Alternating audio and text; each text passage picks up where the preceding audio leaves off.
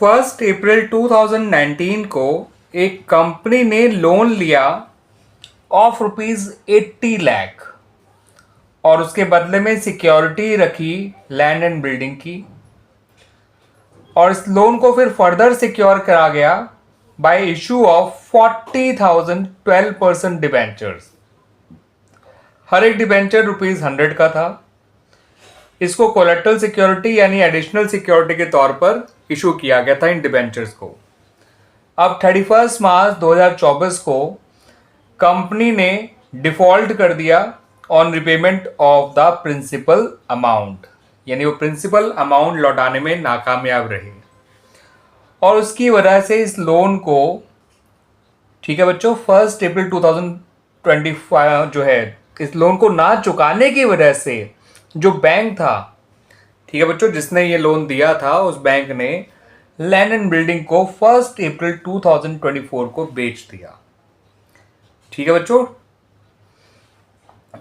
तो पहले तो हमने बिल्डिंग ही गिरवी रखी थी, लैंड एंड बिल्डिंग,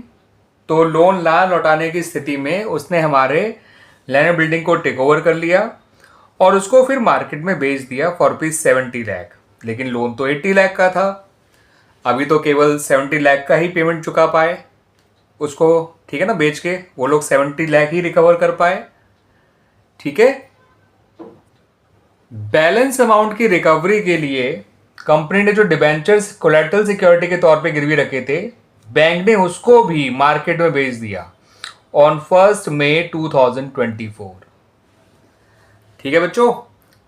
तो कंपनी ने लोन लिया था 1 अप्रैल 2019 को, लोन लिया था 80 लाख का, फिर एक बिल्डिंग गिरवी रखी गई थी, ठीक है बच्चों, as a main security, prime security, फिर एडिशनल सिक्योरिटी के तौर पे 40,000 जो है 12% डिबेंचर गिरवी रखे गए थे, जिनकी फेस वैल्यू थी ₹100। और 31 मार्च 2024 को जब कंपनी लोन का पेमेंट नहीं कर पाई, प्रिंसिपल अमाउंट नहीं लौटा पाई, तो उस बैंक ने जिससे लोन लिया था हमारा लैंड एंड बिल्डिंग को टेक ओवर करके उसे मार्केट में बेच दिया 70 लाख का, और बाकी पैसों की रिकवरी करने के लिए उसने जो हमारे डिबेंचर्स कोलेटरल सिक्योरिटी के तौर पे रखवाए थे उस बैंक ने, उसको भी उसने मार्केट में बेच दिया 1 मई 2024 को। अब आपको क्वेश्चन में बच्चों ये बताना है, आपसे ये पूछा गया है कि किस डेट से इंटरेस्ट ऑन डिबेंचर लगना चालू होगा। ठीक है बच्चों, यानी अब कंपनी को किस डेट से इन डिबेंचर्स पे इंटरेस्ट देना है। जिस दिन उनको कोलेटरल सिक्योरिटी के तौर पे इशू किया था, या जिस दिन वो लोन पेमेंट पे करने में उन्होंने डिफॉल्ट किया, interest on loan, sorry, principal amount of loan pay करने में डिफॉल्ट किया तब, या फिर जिस दिन उन्होंने लैंड एंड बिल्डिंग को बेचा उस दिन, या फिर जिस दिन उन्होंने इन डिबेंचर्स को मार्केट में बेचा उस दिन। ठीक है बच्चों, 1 अप्रैल 19, 31 मार्च 2024,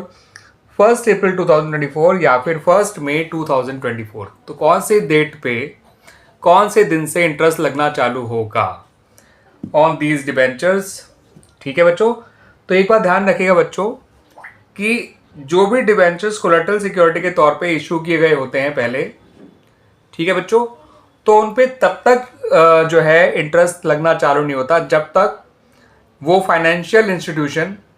इन डिबेंचर्स को मार्केट में सेल ना कर दे। ठीक है बच्चों, जब तक वो उसको अपने पास ही रखे रखता है तब तक इन डिबेंचर्स पे कोई इंटरेस्ट कैलकुलेट नहीं किया जाता। लेकिन अगर ये मार्केट में से बेच दिया करते हैं, ठीक है बच्चों, तब ऐसे डिबेंचर्स एक्टिव हो जाते हैं, तब इन पे इंटरेस्ट पे करना उस दिन से ही लायबल हो जाता है फॉर द कंपनी। तो इसलिए जिस दिन इनको बेचा गया, दैट इज ऑन 1 मई 2024, उस दिन से ही इस पे इंटरेस्ट लगना चालू हो जाएगा, उस दिन से ही कंपनी लायबल होगी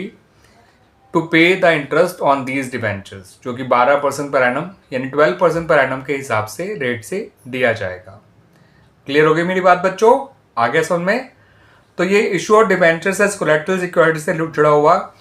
एक थियोरेटिकल क्वेश्चन था, जिसके लिए आपको issue of debentures as collateral security के बारे में